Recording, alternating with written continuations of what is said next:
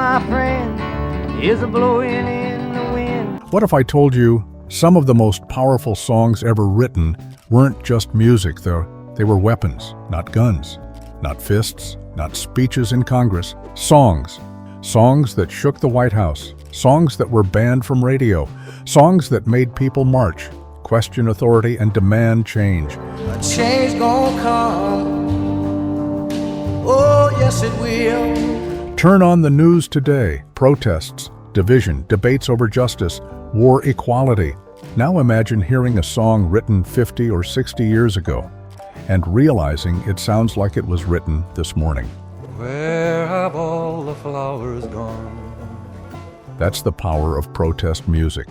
Tonight, we're counting down the top 10 protest songs from the 50s, 60s, and 70s that still resonate today.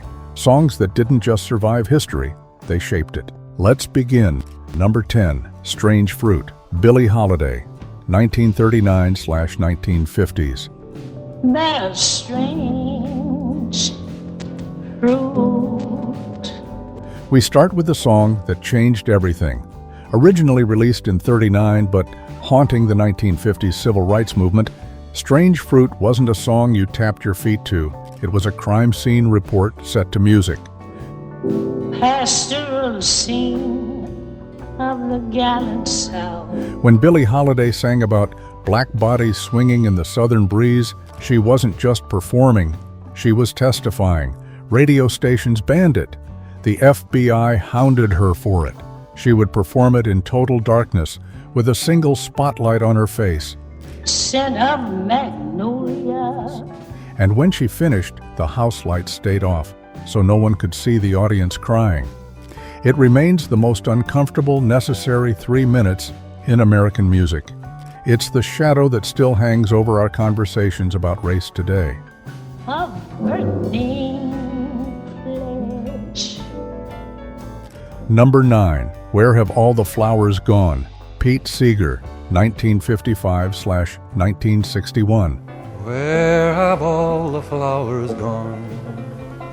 If Billie Holiday was the shadow, Pete Seeger was the conscience.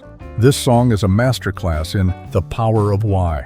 Seeger didn't scream, he used a circular melody. Long time passing. Flowers to girls, girls to soldiers, soldiers to graveyards, and graveyards back to flowers. It's the circle of life, rewritten as the circle of stupidity. It's a song that asks why we keep burying our children for the same old lies. Where have all the flowers gone? Whether it was the Cold War then or the headlines today, that question, when will they ever learn, still hangs in the air, unanswered. Long time ago. Number 8, A Change Is Gonna Come, Sam Cooke, 1964. A change gonna come. Oh, yes it will. If hope had a physical weight, it would be Sam Cooke's voice. Inspired by being turned away from a whites-only motel and hearing Bob Dylan's folk songs, Cooke decided he needed to write something that mattered more than pop hits. It's been too hard living. This song is the sound of a man tired of running, but refusing to give up. It's cinematic, it's orchestral, and every time a major social shift happens in the U.S., But I'm afraid to die. this song rises back to the top of the charts. Why? Because we all want to believe that the long, hard road eventually leads somewhere better. Oh, yes it will. Number 7, For What It's Worth, Buffalo Springfield, 1966. From behind, time we stopped. Hey, what's that sound? Everybody look what. Stop, hey, what's that sound? Most people think this is a Vietnam War anthem.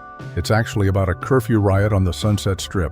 It was about kids wanting to hang out at a club and the police showing up in riot gear. But that's the genius of Stephen Still's writing. We stopped.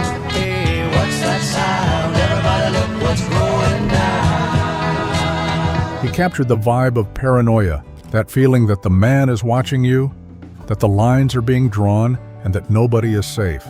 It's the ultimate vibe check for a fractured society. 1,000 people in the street. Number 6, The times they are a-changin'. Bob Dylan, 1964. I will be later to win, for the times they are changing. You can't have a protest list without the prophet of Hibbing, Minnesota. This wasn't a song, it was a subpoena. Dylan was serving notice to the senators and congressmen to get out of the way if they couldn't lend a hand. The reason this song still resonates? For the times they are changing. Every generation thinks they are the ones changing the times, and every older generation is terrified of it. It is the eternal tug-of-war of the American spirit. For the times they are changing. Number 5, Ohio. Crosby, Stills, Nash, and Young, 1970.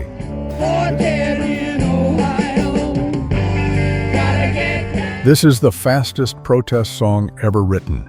Neil Young saw the photos of the Kent State shootings, 4 students killed by the National Guard, and he was out of his mind with rage. He wrote it, recorded it, and had it on the radio in weeks. It's raw, it's distorted.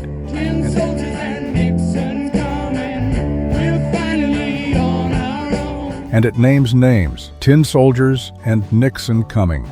It reminds us of a terrifying truth, that sometimes the state turns its guns on its own children. That's a fear that hasn't aged a day.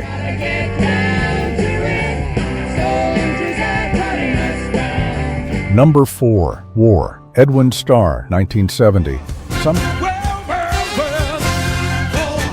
Sometimes you don't need a metaphor. Sometimes you just need to shout. Edwin Starr took a song the Temptations were too polite to sing and turned it into a sonic explosion. It's the most honest anti-war song ever made because it doesn't argue politics, it argues utility.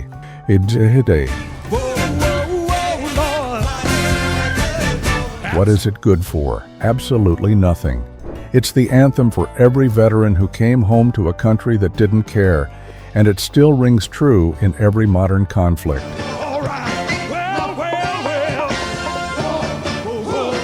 Number 3, What's Going On? Marvin Gaye, 1971.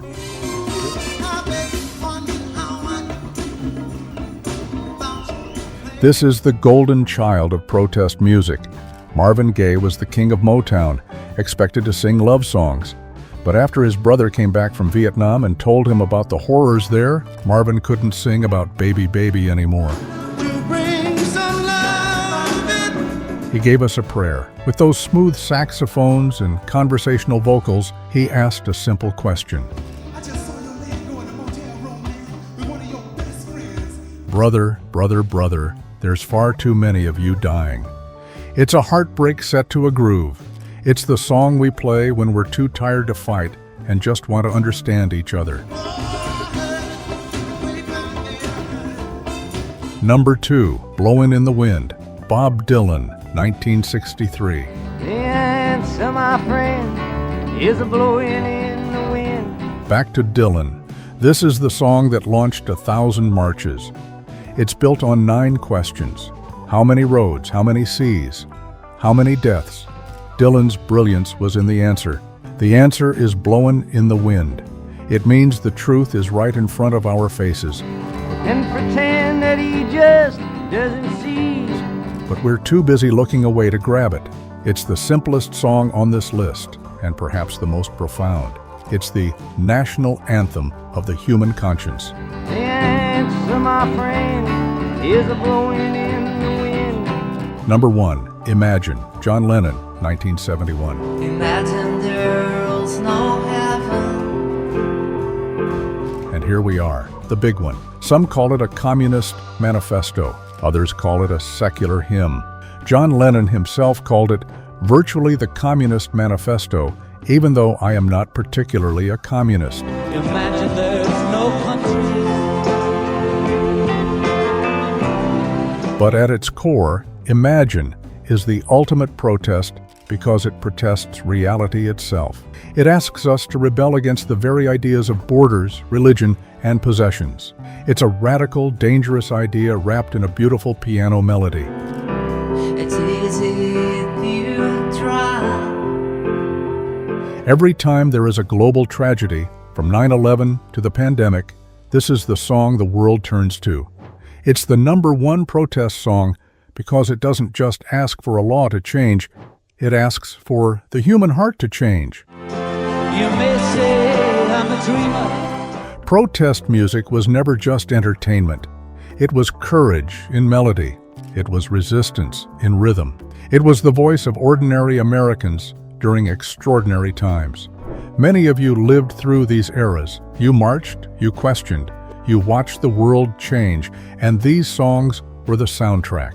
What's powerful is that younger generations are discovering them today, not because of nostalgia, but because the issues they address still exist. Maybe that's the true power of protest music. It never becomes outdated, because the fight for justice, equality, and peace never truly ends. If you enjoyed this countdown, hit like, subscribe for more deep dives into music history, and tell us in the comments which protest song still hits you the hardest and why. Until next time, keep the music playing.